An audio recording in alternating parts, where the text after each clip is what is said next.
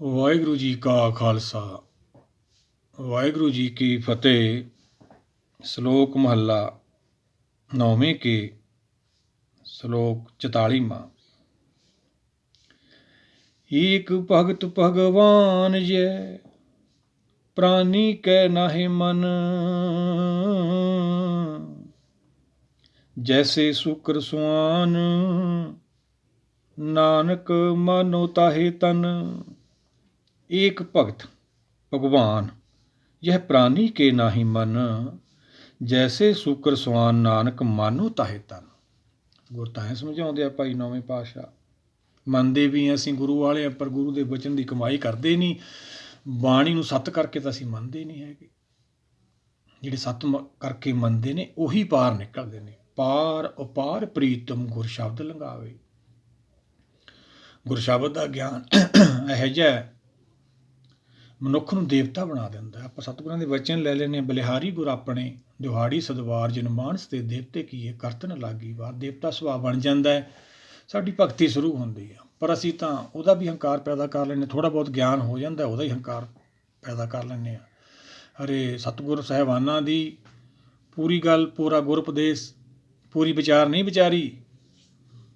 ਇਹ ਚਾਰ ਅਵਸਥਾ ਸਮਝਾਈਆਂ ਸਤਿਗੁਰਾਂ ਨੇ। ਜਪਜੀ ਸਾਹਿਬ ਸੁਣੀਏ, ਜਿਹੜੇ ਸੁਣਦੇ ਵਿਚਾਰਦੇ ਨੇ ਉਹਨਾਂ ਨੂੰ ਗਿਆਨ ਪੈਦਾ ਹੁੰਦਾ ਵਾ, ਫਿਰ ਮਨ ਮੰਨ ਜਾਂਦਾ, ਫਿਰ ਦੂਜੀ ਅਵਸਥਾ 'ਚ ਪਹੁੰਚ ਜਾਂਦਾ। ਜਗਿਆਸੂ ਜੋ ਵੀ ਗੁਰਮਤਿ ਚੱਲਣ ਵਾਲਾ ਮੰਨੀਏ, ਫਿਰ ਮਨ ਮੰਨ ਜਾਂਦਾ। ਮੰਨੇ ਸੁਰਤ ਹੋਵੇ ਮਨ ਬੁੱਧ, ਮੰਨੇ ਸਗਲ ਭਵਨ ਕੀ ਸੁਧਨ ਸੋਝੀ ਹੋ ਜਾਂਦੀ ਹੈ। ਤਿੰਨ ਭਵਨਾਂ ਜਿੱਥੇ ਜੀਵ ਆਤਮਾ ਗਵਨ ਕਰਦੀ ਆਉਂਦੀ ਹੈ, ਚਾਰੇ ਖਾਣੀਆਂ ਦੀ ਉਹਨੂੰ ਸੋਝੀ ਹੋ ਜਾਂਦੀ ਹੈ। ਆਪਦੇ ਘਰ ਜਾਣਾ, ਭਗਤੀ ਕੀ ਹੈ, ਸਾਰਾ ਉਹਨੂੰ ਖੇਲ ਸਮਝ ਆ ਜਾਂਦਾ। ਜਿਹੜੇ ਸੁਣਦੇ ਵਿਚਾਰਦੇ ਨੇ ਫਿਰ ਉਹਨਾਂ ਦਾ ਮਨ ਮੰਨ ਜਾਂਦਾ। ਸੁਣੀਏ ਮੰਨੀਏ, ਫਿਰ ਮਨ ਕੀਤਾ ਭਾਉ, ਫਿਰ ਕਿਤੇ ਜਾ ਕੇ ਬਾਣੀ ਨਾਲ ਪ੍ਰੇਮ ਪੈਂਦਾ ਹੈ, ਗੁਰ ਸ਼ਬਦ ਨਾਲ। ਜਦੋਂ ਪ੍ਰੇਮ ਪੈਦਾ ਹੁੰਦਾ ਵਾ, ਵੱਧਦਾ ਚਲਿਆ ਜਾਂਦਾ। ਨਮੋ ਪ੍ਰੀਤ ਪ੍ਰੀਤੇ ਜਾਪ ਸਾਹਿਬ ਸਤਿਗੁਰ ਸਮਝਾਓ ਦਸਮ ਪਾਤਸ਼ਾਹ। ਇਹ ਐਸੀ ਪ੍ਰੀਤ ਹੈ, ਫਿਰ ਵੱਧਦੀ ਚਲੀ ਜਾਂਦੀ ਹੈ, ਸਾਨੂੰ ਪਤਾ ਹੀ ਨਹੀਂ ਚੱਲਦਾ। ਜਿਨੀ ਨਾਮ ਤੇ ਆਇਆ ਗਏ ਮਸਕਤ ਕਾਲ, ਨਾਨਕ ਤੇ ਮੁਖ ਉਜਲੇ ਕੀਤੀ ਛੁੱਟੀ ਨਾਲ। ਉਹਨਾਂ ਦਾ ਗਿਆਨ ਫਿਰ ਧਿਆਨ ਬਣ ਜਾਂਦਾ, ਧਿਆਨ ਦੀ ਦੁਨੀਆ ਚਲਿਆ ਜਾਂਦਾ। ਫਿਰ ਉਹਦੀ ਨਾਮ ਦੀ ਭਗਤੀ ਸ਼ੁਰੂ ਹੁੰਦੀ। ਫਿਰ ਤੀਜੀ ਅਵਸਥਾ ਜਾ ਕੇ ਸਾਡਾ ਪ੍ਰੇਮ ਪੈਂਦਾ ਹੈ, ਮਨ ਕੀਤਾ ਭਾਉ। ਚੌਥੀ ਅਵਸਥਾ ਅੰਤਰਗਤ ਤੀਰਥ ਮਲ ਨਹਾਓ। ਤੀਰਥ ਆਤਮਾ ਨੇ ਨਹਾਉਣਾ ਸੀਗਾ, ਅਸੀਂ ਸਰੀਰ ਦਾ ਨਹਾਉਣ ਕਰੀ ਜਾਂਦੇ ਹਾਂ।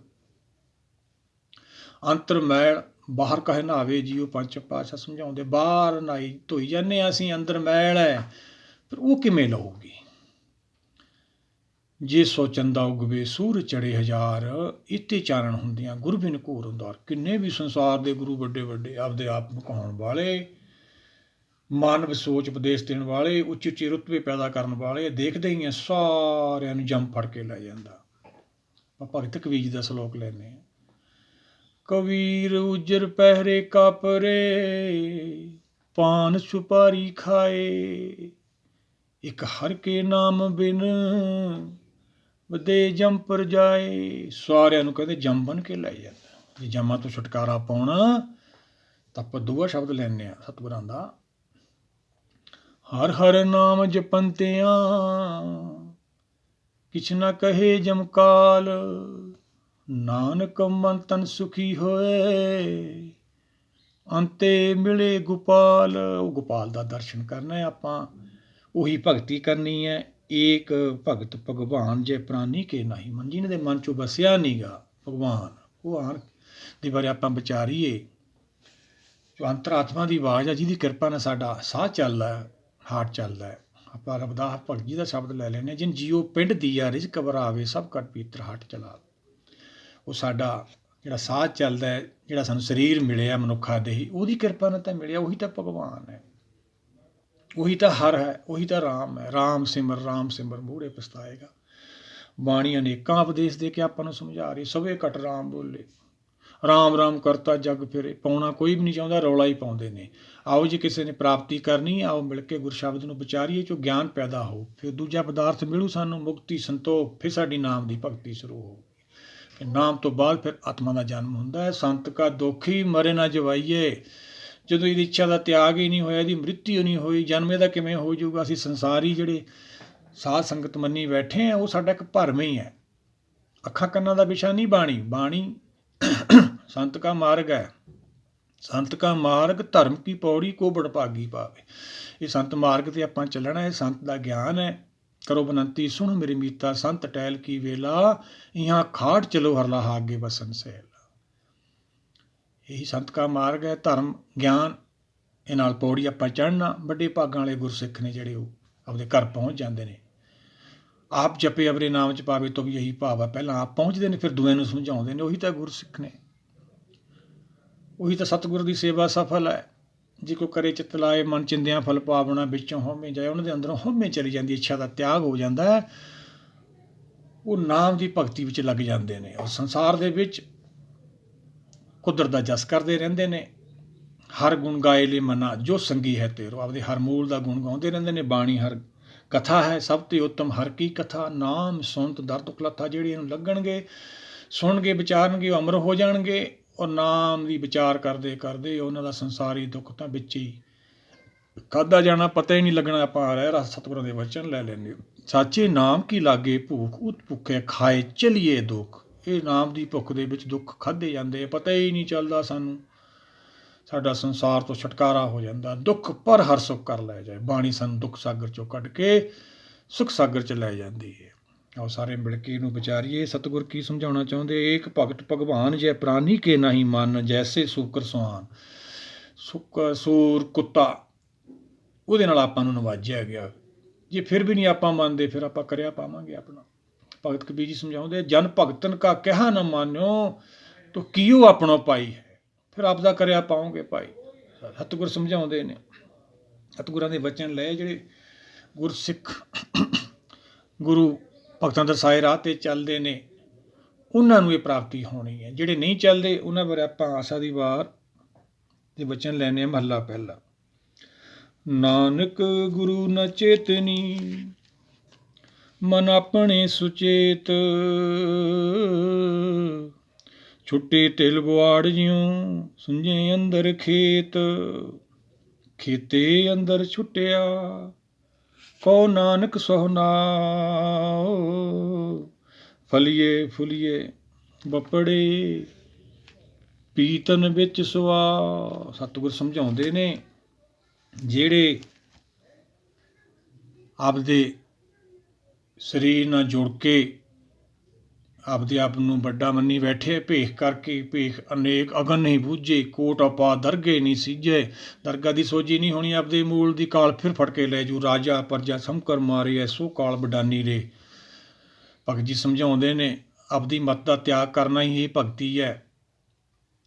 ਪਰ ਆਪਦੀ ਮੱਤ ਨਾਲ ਅਸੀਂ ਇਹ ਤਿਆਗ ਨਹੀਂ ਕਰ ਸਕਦੇ। ਗੁਰ ਕੀ ਮੱਤ ਲੈਣੀ ਆਪਾਂ। ਗੁਰ ਕੀ ਮੱਤ ਤੂੰ ਲਿਹੋ ਆਣੇ, ਭਗਤੀ ਬਿਨਾ ਵੈ ਡੂਬੇ ਸਿਆਣੇ। ਉਹੀ ਸਤਿਗੁਰ ਸਮਝਾਉਂਦੇ ਨੇ, ਨਾਨਕ ਗੁਰੂ ਨਾ ਚੇਤਨੀ, ਮਨ ਆਪਣੇ ਸੁਚੇਤ। ਅੰਤਰਾਤਮਾ ਨਾਲ ਜੁੜ ਕੇ ਇਹ ਭਗਤੀ ਸ਼ੁਰੂ ਹੁੰਦੀ ਹੈ। ਪਰ ਸਾਨੂੰ ਅੰਤਰਾਤਮਾ ਤਾਂ ਧਰੀਬ ਦੁਨੀਆ ਦਾ ਤਾਂ ਗਿਆਨ ਹੀ ਨਹੀਂ ਹੈਗਾ।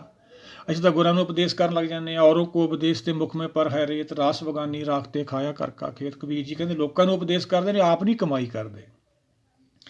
ਜਿਹੜੇ ਗੁਰਸ਼ਬਦ ਦੀ ਕਮਾਈ ਕਰਦੇ ਨੇ, ਉਹ ਅੰਤਰਾਤਮਾ ਨਾਲ ਜੁੜ ਕੇ ਰਹਿੰਦੇ ਨੇ। ਕਿਉਂਕਿ ਸੱਚ ਦਾ ਗਿਆਨ ਹੋ ਜਾਂਦਾ ਹੈ।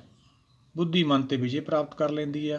ਫਤਿਹ ਪਈ ਮਨ ਜੀਤ, ਫਤਿਹ ਆਪਣੀ ਵੀ ਹੋਊਗੀ ਜਿੱਦਣ ਮਨ ਨੂੰ ਜਿੱਤਿਆ ਜਾਊ। ਮਨ ਜੀਤੇ ਜਗ ਜੀਤ, ਫਿਰ ਇਹ ਭਗਤੀ ਸ਼ੁਰੂ ਹੁੰਦੀ ਹੈ। ਸਤਿਗੁਰ ਸਮਝਾਉਂਦੇ ਨੇ, ਜਿਹੜੇ ਨਹੀਂ ਗੁਰਸ਼ਬਦ ਦੀ ਕਮਾਈ ਕਰਕੇ ਧਰੀਬ ਆਤਮਾ ਨਾਲ ਨਹੀਂ ਜੁੜਦੇ, ਉਹਨਾਂ ਦਾ ਕੀ ਹਾਲ ਹੁੰਦਾ। ਛੁੱਟੇ ਤਿਲ ਬੁਆੜ ਜਿਉਂ, ਸੁੰਨੇ ਅੰਦਰ ਖੇਤ।